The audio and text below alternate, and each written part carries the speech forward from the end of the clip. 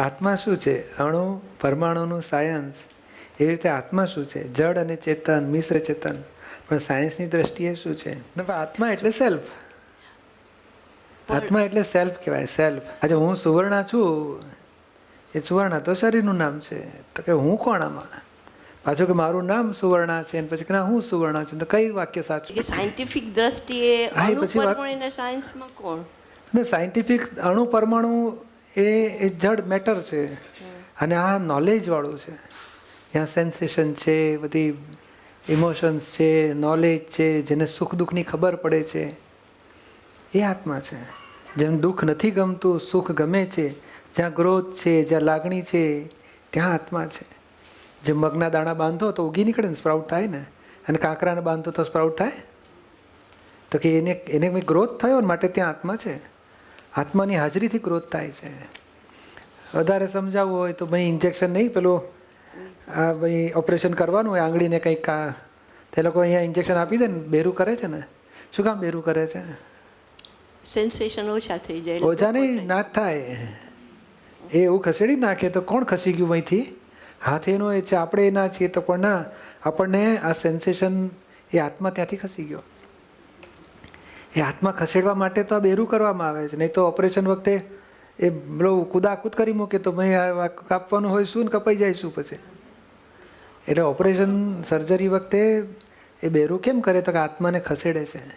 એ આત્મા, એની પાસે જ્ઞાન છે કે આ શું થઈ રહ્યું છે, એને ખબર પડે છે. જ્ઞાન, સુખ દુઃખ ખબર પડે. એટલે જ્ઞાન અજ્ઞાન હોય ને, ત્યાં આત્મા છે. સમજાય છે ને? એટલે આત્મા એટલે એ દ્રવ્ય એવું છે, એની પાસે જ્ઞાન છે, નોલેજ છે, આનંદ છે, સુખ દુઃખ છે, અને આનંદ, જ્ઞાન, સમજણ છે. એ ભાગ આત્મા કહેવાય છે. જેમાં આને એન્જિનિયર કેમ કહેવાય અને આને ડૉક્ટર કેમ કહેવાય? તો કે ભાઈ આને બધી સર્જરી ખબર પડે, માંદા સાચાનું ખબર પડે માણસોના, એને ડૉક્ટર કહેવાય. મશીનરી માંદા સાચાની ખબર પડે, એને એન્જિનિયર કહેવાય. કે છે ને?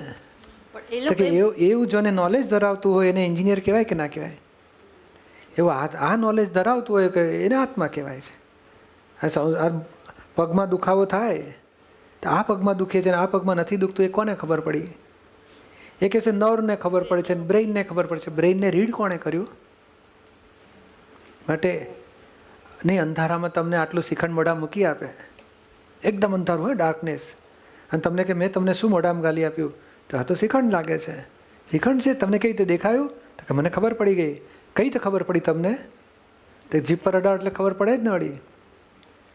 પણ જીભને ખબર પડી કે જીભને અડાડવાથી ખબર પડી કોકને?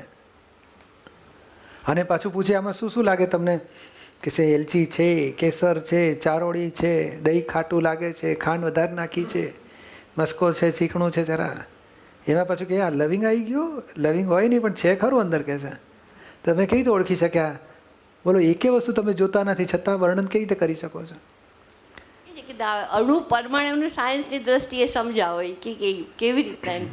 એ અણુ પરમાણુને જાણનાર એને કહે જો અહીં કચરો ઉડતો હોય ને, નહીં આપણે આખું રૂમમાં અંધારું હોય ને, કાણું હોય ને, ત્યાંથી સનરેઝના બીમ આવે કે ના આવે? તો સનરેઝના બીમ આવે તો એટલી લાઇટમાં જ કચરો, ઝીણા ઝીણા પરમાણુ કચરા દેખાય ને.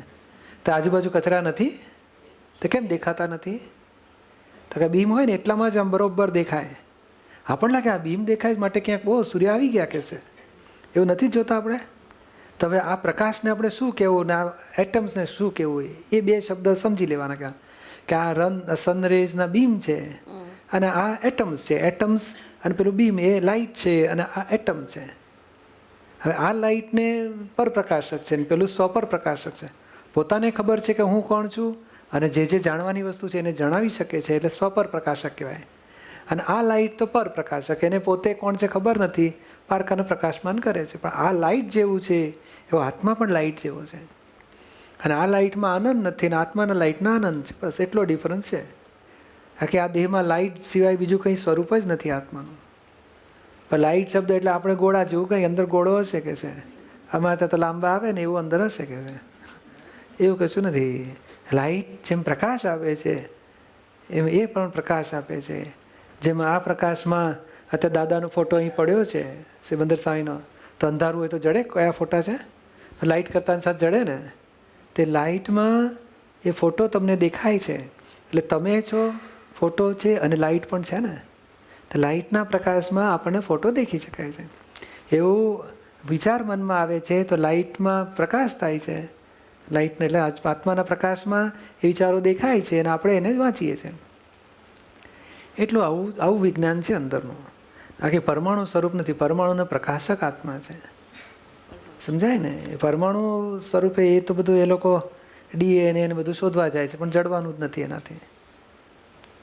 એ શોધનારો આ બધું આ સાયન્સનો એક્સપેરિમેન્ટ ચાલતો હોય, એમાં એની થિયરી હોય, કન્ક્લુઝન હોય, એક્સપેરિમેન્ટની પ્રોસિજર હોય, એ બધુંમાં ક્યાંય એ સાયન્ટિસ્ટ દેખાય? એ સાયન્ટિસ્ટ એ આત્મા છે ને. આ એક્સપેરિમેન્ટ જે તમે વર્ણન કરો છો એક્સપેરિમેન્ટનું, એટમ્સનું ને સોડિયમ નાખો ને વોટરમાં આમ થાય ને તેમ થાય, બધું તમે લાવો છો, પણ એમાં સાયન્ટિસ્ટ કોણ? એ ભાગ આત્મા છે. અને આ એક્સપેરિમેન્ટ થાય છે બધું જડ એટમનું છે. સમજાય ને? એટલે and after all he is a શુદ્ધ આત્મા. આમ દેખાય ને કે વિચાર કરતો હતો ને આમ લખ્યું હતું ને એ બધું, પણ એ બધાનો આફ્ટર ઓલ નોવર એ આત્મા છે. સુપરવાઇઝર મોટી મોટી કંપનીઓમાં હોય છે, એ કશું જ કરતા નથી, સુપરવિઝન કરતા હોય. એવો આ દેહમાં સુપરવાઇઝર એકલો આત્મા છે. એ કરતો કશું નહીં. કરનારા બધા મેનેજરો ને વર્કરો ને બધા કામ કરનારા કરે છે. એ બધું એટમ્સ કામ કરે છે અને નોવર પરસીવર ઓનલી સોલ છે.